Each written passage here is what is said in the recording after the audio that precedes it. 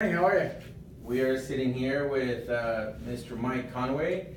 Why don't you go ahead and tell us a little bit about yourself? I'm the broker owner of Conway Real Estate, and we started this brokerage in 2009. 2009. Were you always a broker, or what did you do before this? I was an agent licensed in 2005. Went through the market situation that everybody else did, 2007, 2009, and then in 2009 decided to get my broker's license, which I started this brokerage primarily for my team that I was running at the time. And then in 2013-ish, we decided to focus more on the brokerage, and we kind of dissolved our team, and that's what led into building the brokerage to where it is today. Okay, so this interview is going to be consisting of questions about leadership. And one of the biggest questions I have for you is, as a leader yourself, how do you describe, what does leadership mean to you? For me, leadership is primarily about coming from a place of contribution, looking to others to make a difference and impact and help others, and not focusing what's always in it for you. It's always about giving. Absolutely. Okay. Now, in your short life, because I want to say, how old are you, first of all? I'm 34. 34 years old, and many people look up to you. But I'm sure in the past, you've had people that you look up to. I'm sure right now you have people that you look up to. But I want to focus in your early development of leadership. Who can you tell me was a huge inspiration for you in a leadership role? Yeah, I think the person that stands out the most would be my father. Looking up to him, he was actually the best man at my wedding. But I got to experience firsthand what leadership was. He is an incredible man. He's still around. He's still married to my mom, but always putting his family first and taking care of everybody. And he just made a real large impact in how and who I wanted to be in life. So I'd definitely say my father. So you were obviously in the real estate industry, but in general, I guess I could ask you this question. What are the most important decisions that leaders, have to make in today's, business, in today's industry? And you can obviously answer this in a real estate, manner, but what are the most important decisions that you have to make? Selfless decisions. Because as leaders, like you said, we have a lot of people that look up to us, a lot of people that are coming to us for motivation and inspiration and looking for direction. We have to make decisions that are going to positively impact the people that are around us every day. And so you have to look at everything and every obstacle and every decision that you make from different angles, different vantage points.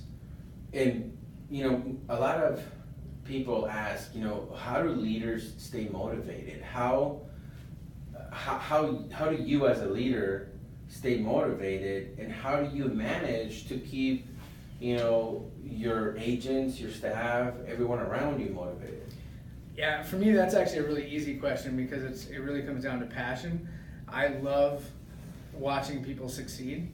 So when I can, start working with an agent and watch them go from zero production to 7 million, or go from 3 million to 8 million, or from 7 million to 15 million, or whatever that is, and watch their entire world around them change. Watch, they go out and they buy that house they never thought they could have, or they get to start taking their families on vacations like they never thought they could, or, you start seeing things like they're remodeling their kitchens and just different things like that. That's inspiration in itself, to be able to know that because you had such a strong impact, that's what led to those things. And then, that kind of stuff just starts to trickle down. And so I think that other people, it becomes contagious in a way. That's awesome. That's a great answer. Now, in many companies, teams or even organizations have like their mission statement, their vision statement, or core values. What is the most important, core value or mission or vision statement in your business? Yeah, so I mean, ultimately, we're here to make an impact. That's first and foremost. But our part of our mission, vision, and values is, dream bigger, hustle harder, and have funner. Which, as you know, funner is not a word, but I think that that's the part of it that makes it kind of fun. And you can't always take life so seriously, but you have to start first with the vision. You got to have the big picture, be focused on what it is that you want or what you're trying to achieve. And once you have a clear picture as to what you want, you got to be willing to put in the work, and that's where the hustle harder comes into play. Because we can be dreamers, but if we're not putting anything behind it, it's nothing but a dream. And then at the end of the day, after you've thought about what it is that you want, and you're really clear about it, and you put in a lot of hard work, and you're hustling to make that happen, you got to have some fun. I mean, it's got to be worth it. You got to take the time to reward yourself and reward your family, because I mean, if you're working hard and making sacrifices for where you want to be in 5-10 years from now, I'm sure your family's making sacrifices too, and you got to be able to put them first with having some fun. And so I think all three of them go together with success, and that's why it's a part of our values statement. And I can see that based on that answer, you're building a culture here in your company. Yeah. How do you implement, or how do you get like new employees involved into your culture? How do you share that? Yeah. Well, I mean, we align ourselves with other people that think like us, and want to bring energy to the table and want to help and come from a place of contribution. And if somebody wants to be a part of that culture, they'll spend 5 minutes here and know that this is a great place for them to be. And you know what? If in that same aspect, if somebody comes here and they don't like the high energy, or they don't like to be a part of that giving culture and almost like a family-oriented vibe kind of thing, they'll probably walk themselves out pretty quick too from being a little uncomfortable. So again, with the people that we have here, like you and some of the other leaders here, we just try to partner ourselves with other people that see things the way we see it, and the culture kind of builds from there. Now, in leadership, we see a lot of things that people do wrong. What do you think, or what do you consider be some of the traits that people are lacking in leadership right now? Yeah, I think that I think leadership comes back in all different angles, comes back to coming from a place of contribution and helping others. And I think some people throw the word around, I want to be a leader, I want to get to that level, and things like that, or I want to build a team because I want to have people working for me, or different things like that, and they don't fully comprehend what that actually means. And anyway, if you want to be a leader, you have to come from contribution, and people have to be able to feel it and know that it's true and that it's not an act. So for anybody, I think that's the first element that needs to be there. And if you have that drive and you want to be a leader to others, and you want to put yourself out there to help someone else achieve their goals and things like that, everything else can kind of be stacked on top of it. That's awesome, man. So obviously you mentioned a lot of what you do, what your traits are in leadership, and you've mentioned some of the ones that people are lacking.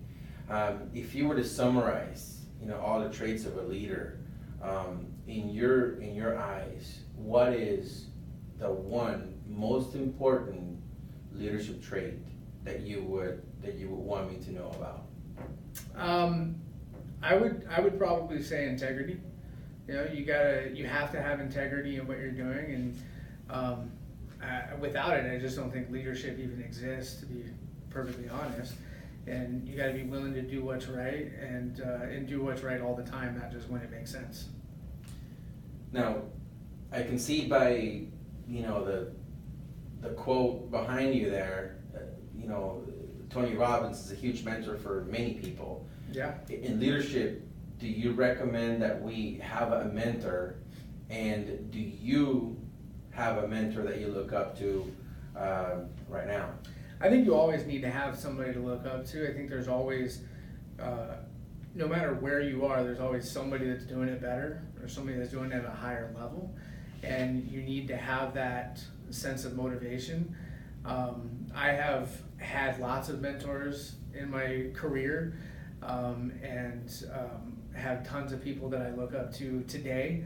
Obviously, I follow Tony Robbins, love going to the events that he puts on, believe in what he says. Massive determined action is ultimately a big key to success. So I think that it's huge to have somebody to look up to, somebody that's a positive reinforcement, and somebody that can help you stay motivated on where your focus is and where you're trying to go.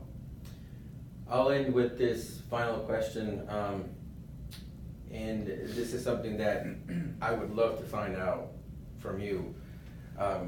What would be the one most important tip that you can give someone in leadership to never ever forget?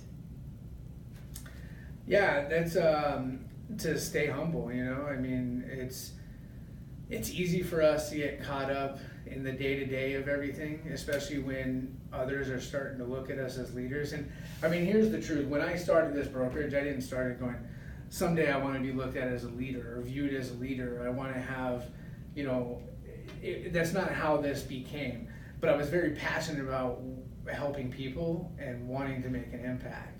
And you know, I came from a place that didn't, you know, finances weren't great back then and things like that. And you constantly have to remind yourself of where you came from and what you're trying to achieve, because you don't want that to ever go to your head. You don't want to, you know, start to take that for granted, and the fact that people look up to you and they're inspired by you and they're motivated by you, and just know that people are always watching. So you got to be doing the right things all the time for the right reasons. I could not end this interview in a better note, Mike. That's amazing.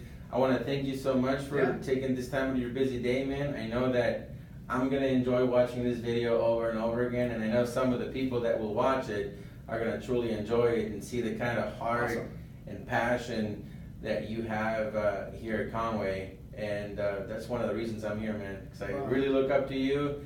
I know you're like a son to me. No, I'm just kidding. But I really thank you so much, man. I appreciate the opportunity, buddy.